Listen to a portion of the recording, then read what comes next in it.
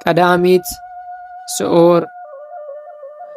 በስመ አብ ወወልድ ወመንፈስ ቅዱስ አሃዶ አምላክ አሜን።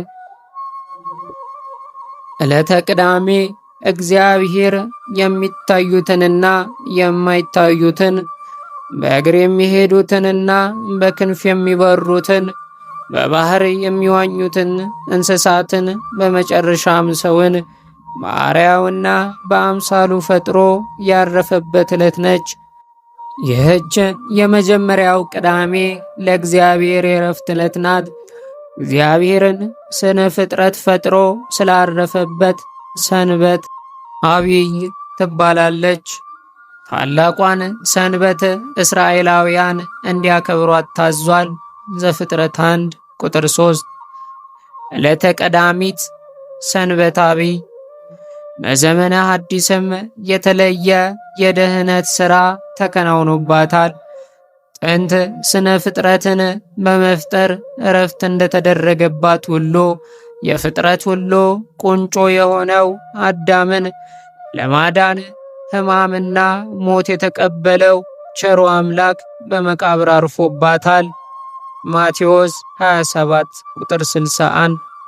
በዚህች ዕለት ጌታችን ኢየሱስ ክርስቶስ በከርሰ መቃብር አርፎ የዋለባት ዕለት በመሆኗ ቀዳሜ ስዑር ትባላለች።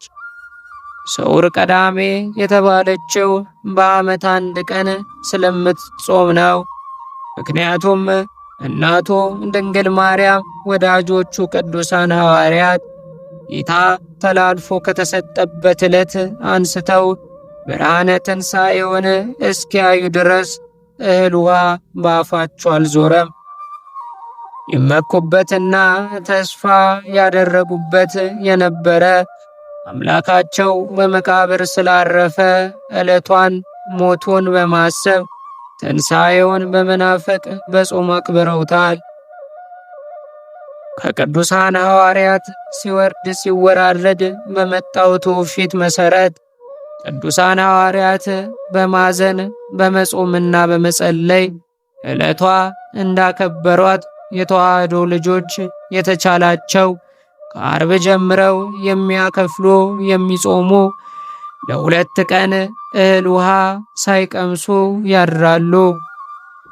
ያልተቻላቸው ደግሞ አርብ ማታ በልተው ቅዳሜን በመጾም ትንሣኤን ያከብራሉ።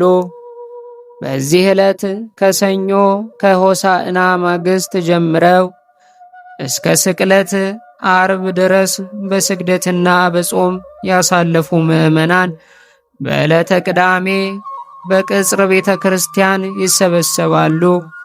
የጠዋቱ ጸሎት ሲፈጸም ካህናቱ ግብረ ሰላም በመስቀሉ ሰላምን መሰረተ የምስራች እያሉ በቤተ ክርስቲያን ለተሰበሰቡት ምዕመናን ቄጠማ ይታደላል። ቄጠማው የምስራች ምልክት ነው።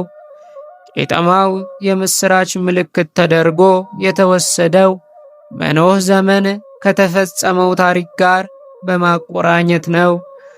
ቅዱስ መጽሐፍ እንደሚነግረን በጻድቁ ኖህ ዘመን የነበሩ ሕዝቦች ከሕገ እግዚአብሔር ውጭ ሆነው እጅግ የሚያሳዝን ኃጢአት በሰሩ ጊዜ በንፍር ውሃ ተጥለቅልቀዋል። በወቅቱ ጻድቁ ኖህ ወደ መርከብ ይዟቸው ከገባው እንስሳት መካከል የውሃውን መጉደል ለመረዳት ርግብን በመስኮት አሾልኮ ይልካታል። እርሷም ቄጠማ በአፏ ይዛ ትመለሳለች። ዘፍጥረት 9 ቁጥር 1። ኖህም በዚህ ቄጠማ የውሃውን መድረቅ ተረድቶ ተደስቷል።